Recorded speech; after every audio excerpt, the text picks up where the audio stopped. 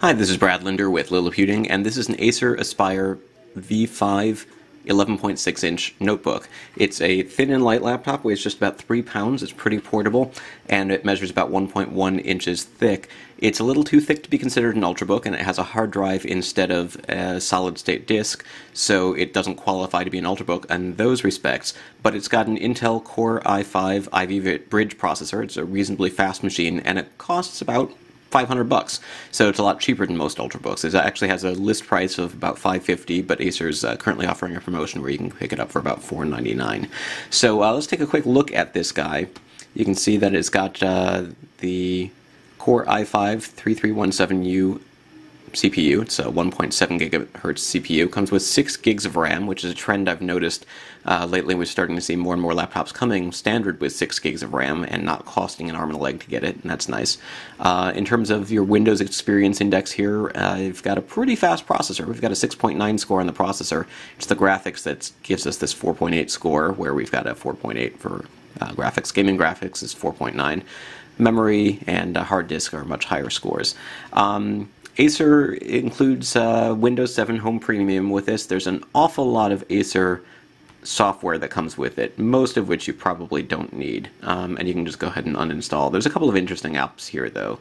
So, for instance, I want to take a quick look at the Clear.fi or ClearFi, or I'm not really sure how they're pronouncing it, but essentially it's a media management application, or a media player that's sort of an alternative to Windows Media Player, and which is taking a moment to load here. Here we go.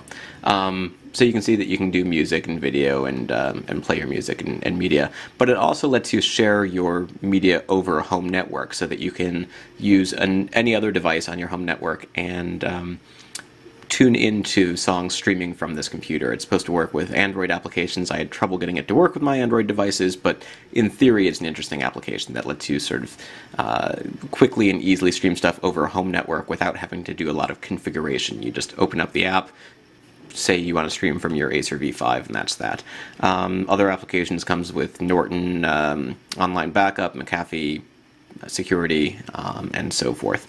So that's a quick look at the software, and you can see that it's a reasonably fast computer. It does things that you expect a computer to do.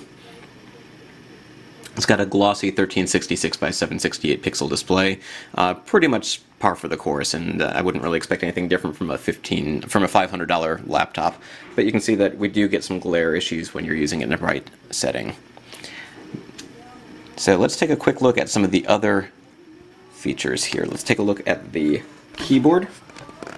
It's a very comfortable island-style keyboard, which means you have a little space between these flat keys. I find that typing on it is really pretty pleasant overall, except for the arrow keys. We've got these 6 keys which are jammed into the space that you would normally expect for maybe 2 or even 1.5 keys, just below the shift key. This wouldn't be a huge problem if it was just arrow keys, but this is also what you use the function key to do the home and end, volume up, volume down, brightness controls. So it's kind of annoying that these keys are so small, and I find it's a little difficult to hit them by feel. I usually have to look down when I'm doing that. The touchpad is a clickpad style touchpad here, which means that you click in the bottom right hand corner to do a right click, but everything else you can click pretty much anywhere on the bottom half to do a left click, and you get 2 finger gestures and so forth. It's a little bit narrow, but overall, given the small space that they were working with, I think Acer did a decent job with the touchpad. I have a better experience using a plug-in mouse, but I'm a mouse kind of guy. The other thing I really kind of like about this surface area is that even though it's plastic, it feels like sturdy plastic, and if you push down pretty hard on the center, you don't get a lot of flex. There's a little bit, but not a lot of flex, and I think that's partly because this one large piece of plastic covering everything, including the area around the keyboard. Just close it up and take a look at the sides here. We've got 2 USB 2.0 ports and a headphone jack. We've got a power adapter and a lock port. USB 3.0 port, just the one, HDMI, vent, VGA, Ethernet, and in the front there is a SD card slot. On the bottom there's what looks like one large access panel. that's held together by one screw, but I took that screw out and I really couldn't easily get the access panel to come off. So theoretically underneath this should be the RAM and the hard drive if you want to be able to do some upgrades, but you're going to have to figure out how to pry that off in order to do that, and that's something that I wasn't necessarily going to do on this demo unit which Acer loaned me and which I have to send back. The battery is a 4-cell battery which is held on using a kind of odd mechanism here where you're encouraged to use a pen or something, but you can sort of grab it with a fingernail and pull this aside while pulling the battery out, and we've got the battery. So you can see that it's a 4-cell 37 watt-hour battery, and Acer says you should be able to get up to 5 hours of battery life. In my tests I find about 4 to 4.5 is more realistic. Unfortunately there is not a larger battery option, so if you wanted a 6-cell battery or something you might have to look for a third-party battery. Acer's not going to sell one, at least not right now.